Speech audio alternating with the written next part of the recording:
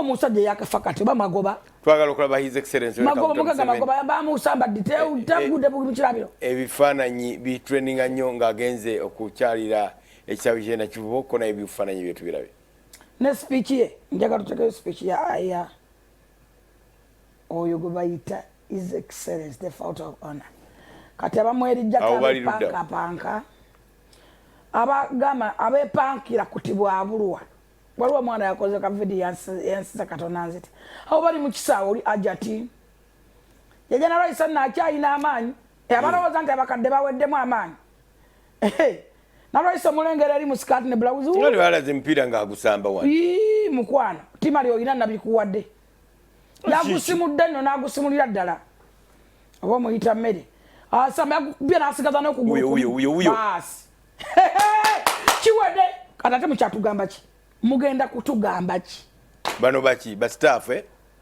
they're very smart bana bali mu white bona ba enterprises katuwulire president yogera ku ddoboozi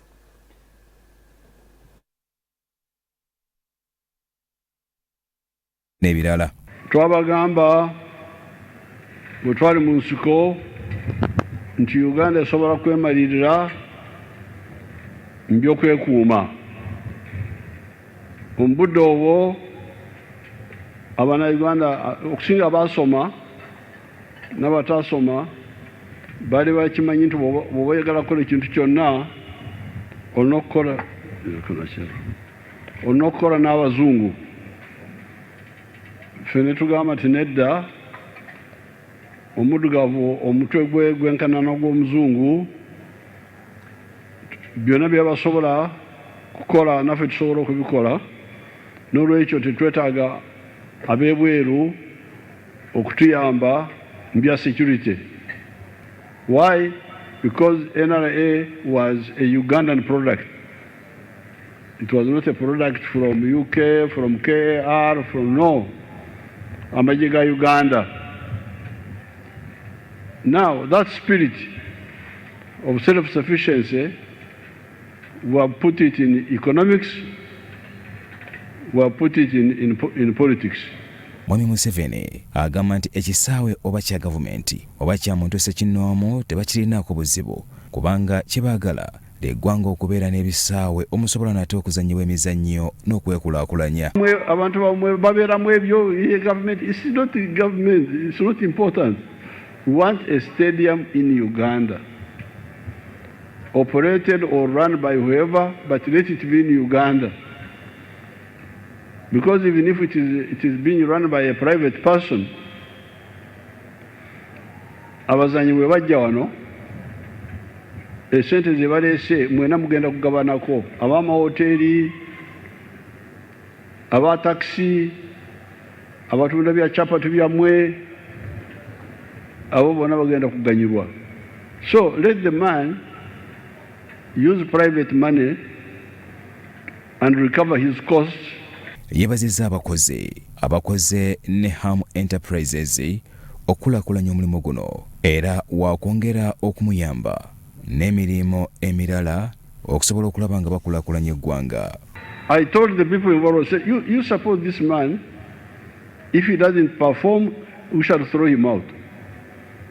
If he performs, he will recover his money, because what we want is not a government stadium. Over a government, over a kereziya, it's not important. What we want is a stadium. Minister w'ebyemizannyo Peter Ogwang atendereza Hamis Kigundu olw'omulimu omunene gwakoledde eggwanga. Your Excellency,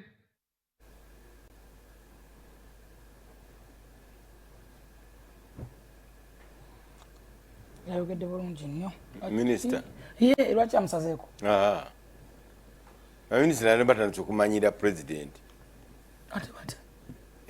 Amisi mugagga ayambala akasaati ke. Negwe minisita ugenda wa president unakubeera mu suuti. Oli bosi wo. Ono minisita wa sports adagenda ku kisaawe. No, kisi olagawa. Ne parliament yakkiriza ebisaati bino. Nzite parliament. Anti bulira ingatako bugasi. Ngatako bugasi. Yabadde agenda. Ne parliament bosi wajja. yabadde alaga bosi wajja olina kumutisinkana nga bosi wo bulijjo ayambala atya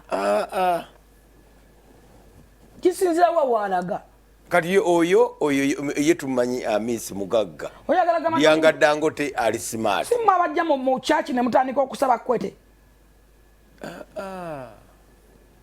bano banyumye that is wonderful bambi amonza yasanyusa nnyo ate oyo esaati ye trademark tazikyusa naye ani Miss Kigundu wa white musati wa white nsaga nagenda kewena ne lwaki bali aina lwaki yayuli balese bani bitwala ba ku social media ennaku ezo abafaanagana abasatu any family family president abakyalidde notuleta abakyala bokuba mulabako handshake bagenda jijjawa kakati that is the opportunity ai ko kugwa tatera mulaba kati nze nganza abana bewunyiza wajje wekifaananyi kya General Iso bannange General Iso tewali alina kifaananyi naye wakijje jajja wange era nfampana kati yampisa ne ku office banyuye bano jajja wange abantu bali wakijjebwa bannayo na Iso tekifaananyi kya banyuye bano ala minister teyanyumye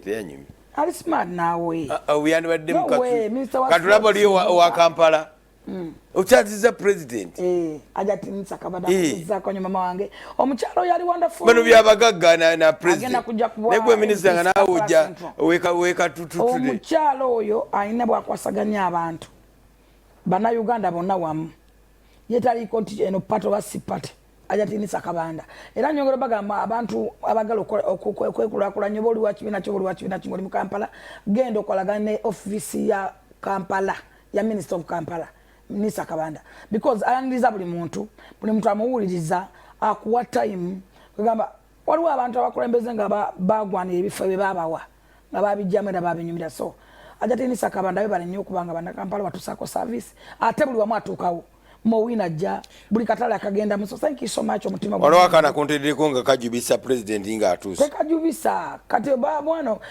abana buli mwalimu abateekamu ebintu by'okuvuma president kati bamulaba basanyuka ne bagamba netibwa abulwa oyo yetibwa abulwa ate erinnya lyabasanyusa nnyo singa jjajja mwami atongayo n'eddala omwaka ogujja mu kisanja kijja 2026 wano oba ojja muzayitowa erinnya eddala omwana gaiti oyo yetibwa abulwa ayagala entebe ye wenyweze lengera ebyuma ina amajje nanga akakantu mene kansanyusiza nnyo kansasaza abantu ku makubo nga basanyufu bambi tewali basanyufu ettima lyaki nawono mbona ettima lyo